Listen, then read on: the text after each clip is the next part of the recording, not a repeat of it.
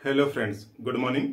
आज इस वीडियो में बात करते हैं कुरकुमा लोंगा की। एक होम्योपैथिक मेडिसिन है और जो कि हल्दी से बनाई गई है। जो हल्दी सब्जी में दाल में डालते हैं, मसाले में जो यूज की जाती है हल्दी, उसी से बनाई गई है कुरकुमा लोंगा। बेहतरीन मेडिसिन है और ख़ास तौर से कैंसर के जो रिस्क है उसको प्रिवेंट करता है। यानी यूँ समझ लीजिए एंटी कैंसरस है, एंटीऑक्सीडेंट भी है, यानी कैंसर को रोकता है।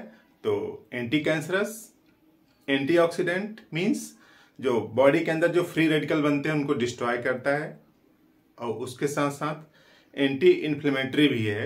यानी कहीं पे भी इन्फ्लेमेशन होती है, सूजन होती है, या फिर नॉर्मली देखते हैं घरों में चोट लग जाती है तो उस पर हल्दी पीस के लगा देते हैं।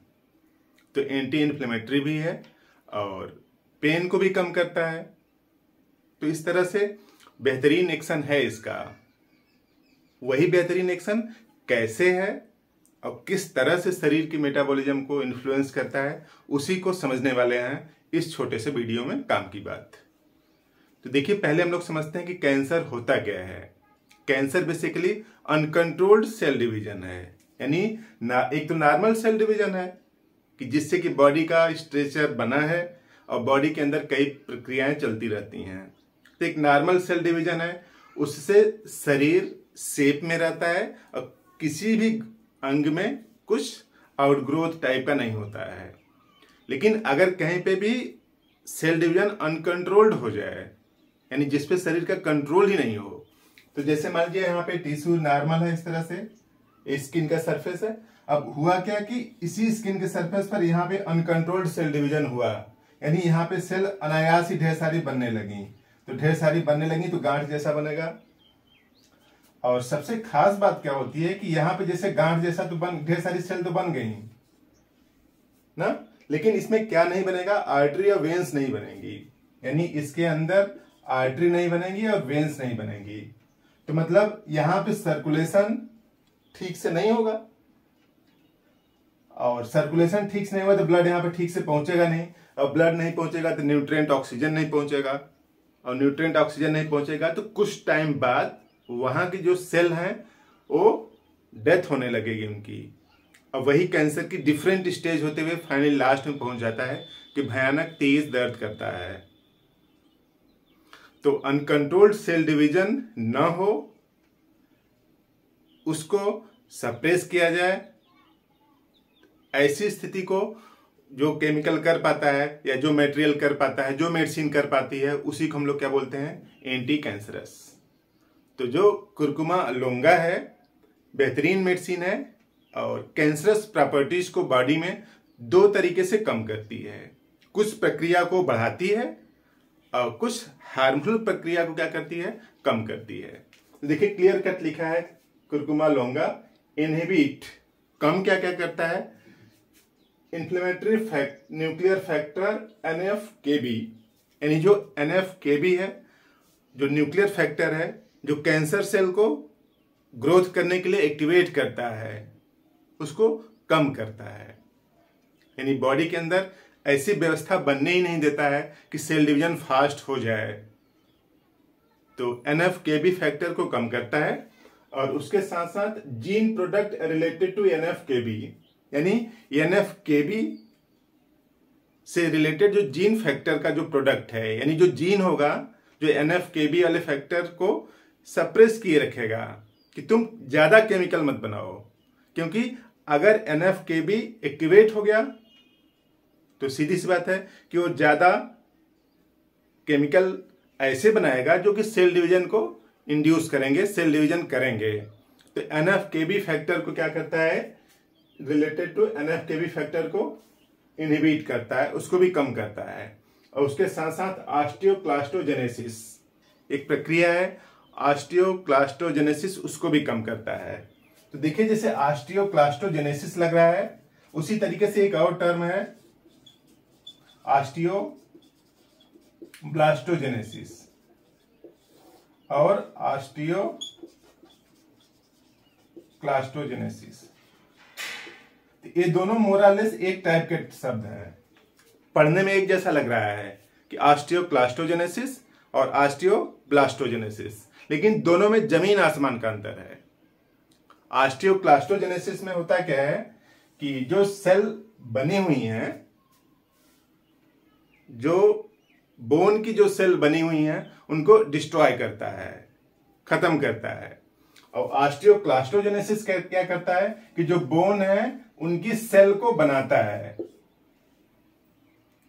तो यहां क्या करता है, इनहिबिट ऑस्टियोक्लास्टोजेनेसिस, यानी जो बोन की जो सेल हैं जो बन चुकी हैं उनको डिग्रेड होने से बचाता है, यानी बोन कमजोर होने से रोकता है। तो ऑस्टियोब्लास्टोजेनेसिस में बोन स्ट्रांग होती हैं और ऑस्टियोक्लास्टोजेनेसिस में बोन कमजोर होती हैं। तो बोन कमजोर होती हैं ऑस्टियोक्लास्टोजेनेसिस में, तो उसको कम करता है। इनहिबिट मतलब कम करता है। बढ़ाता क्या है, इंड्यूस मतलब प्रेरित करता है। प्रेरित किसको करता है, receptor leading to suppressed proliferation. Proliferation means growth होता है, यानी ऐसे फैक्टर जो कि ग्रोथ से रिलेटेड हैं उनको एक्टिवेट करता, उनको सप्रेस करता है। सप्रेस करना मतलब रोकता है। तो जो सेल डिवीजन को बढ़ाते फैक्टर उनको सप्रेस करता है। तो receptor leading to suppressed proliferation, proliferation mean cell growth होता है या सेल डिवीजन होता है। तो जो सेल डिवीजन को रोकने वाला फैक्टर है। और कीमोसेंसिटाइजेशन, कीमोसेंसिटाइजेशन मीन्स कि जो सेल है उसकी केमिकल सेंसिटिविटी बढ़ा देता है। दरअसल बोला जाता है ना कि जो कैंसरस सेल है उस पर कोई केमिकल का प्रभाव ही नहीं पड़ रहा है। तो उस सेल की जो कीमो सेंसिटिविटी है, यानी जो मेडिसिन के प्रति सेंसिटिविटी जो कम हो गई है, उस सेंसिटिविटी को बढ़ाता है। तो इस तरह से 2 फैक्टर इंड्यूस करता है और 3 फैक्टर को इनहिबिट करता है, यानी कम करता है।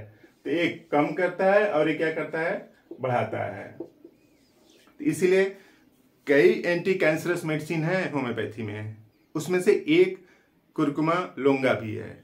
इस तरह से बॉडी के जो कैंसरस सेल हैं उनको बनने की जो टेंडेंसी है उसको प्राथमिक स्टेज पर ही रोकता है, कम करता है।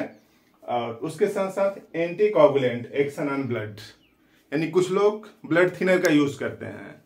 ब्लड थिनर यानी बॉडी के अंदर ब्लड कहीं जमने न पाए, क्योंकि उनमें कोलेस्ट्रॉल का डिपॉजिट ज्यादा हो गया है। तो ये कोलेस्ट्रॉल को भी कम करता है। लोअर कोलेस्ट्रॉल, कोलेस्ट्रॉल को भी कम करता है। और कोलेस्ट्रॉल को कम करेगा तो जो डिपॉजिट है आर्टरी वेन्स के अंदर, ये कोलेस्ट्रॉल जो डिपॉजिट है उसको कम करेगा। तो सीधी सी बात है कि यहां से ब्लड आसानी से फ्लो करेगा, यानी जमने की संभावना कम होती है। तो 2 तरीके से जो एंटी कोगुलेंट है बॉडी के अंदर,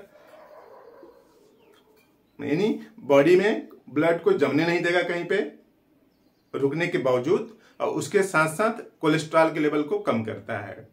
और एंटी इन्फ्लेमेटरी, यानी जो इन्फ्लेमेशन को कम करता है। देखते हैं आसानी से घरों पे कहीं पे भी चोट लगती है तो वहां पे सीधे से क्या बांध जाते हैं, हल्दी पीस के बांध देते हैं, तो इन्फ्लेमेशन कम हो जाता है। उसके साथ साथ एंटीसेप्टिक का भी काम करता है, यानी जो बैक्टीरियल की ग्रोथ कहीं पे हो रही है, जैसे कहीं पे कट लग जाता है तो वहां बैक्टीरिया ग्रोथ कर जाता है, तो एंटीसेप्टिक भी है। और उसके साथ साथ एंटीऑक्सीडेंट भी है, यानी जो बॉडी के अंदर फ्री रेडिकल बनते हैं उनको भी कम करता है। तो इस तरह से बेहतरीन एक्शन है इसका। अब कहेंगे कि यानी जो हल्दी खाए उसको कैंसर ही ना हो, तो ऐसा नहीं है। उसके फैक्टर को, टेंडेंसी को कम करता है। जैसे आप रेनकोट पहन के बाहर जाते हैं तो भीगने की संभावना कम है, इसका मतलब ये नहीं कि पानी लगातार तेज बरसता रहा तो आप भीगे ही नहीं है। यानी जो एंटी कैंसरस टेंडेंसी है उसको कम करता है, सप्रेस करता है। तो इस तरह से कुरकुमा लोंगा एक बेहतरीन मेडिसिन है। कई दोस्तों ने कमेंट बॉक्स में लिखा था कि इस पे एक वीडियो बनाया जाए, तो आज उनकी मांग पूरी हुई। तो इस तरह के बेहतरीन एक्शन वाले मेडिसिन का यूज करके हम लोग बीमारियों को रोक सकते हैं। और बीमारियों को रोकना यानी prevention is better than cure. Medical science यही बोलती है कि किसी बीमारी को क्योर करने से अच्छा है कि उसको प्रिवेंट किया जाए। तो कुछ इसी तरीके का काम करता है ये मेडिसिन। लेने का तरीका कैसा सिंपल सा है, आप मदर टिंचर इसका ले लीजिए, 15 बूंद आधा कप पानी में घोल के 3 बार। अब कुछ लोग बोलेंगे हम मेडिसिन क्यों ना डायरेक्ट हल्दी खा लें, तो ये जो मेडिसिन बनाई गई पोटेंटाइज फार्म बनाई गई। पोटेंटाइजेशन एक प्रक्रिया है जिसमें कि सुषुप्त एक्टिविटी को और एक्टिवेट कर दिया गया है। तो होम्योपैथी में एक प्रोसेस प्रोसीड होता है, पोटेंटाइजेशन बोलते हैं उसको।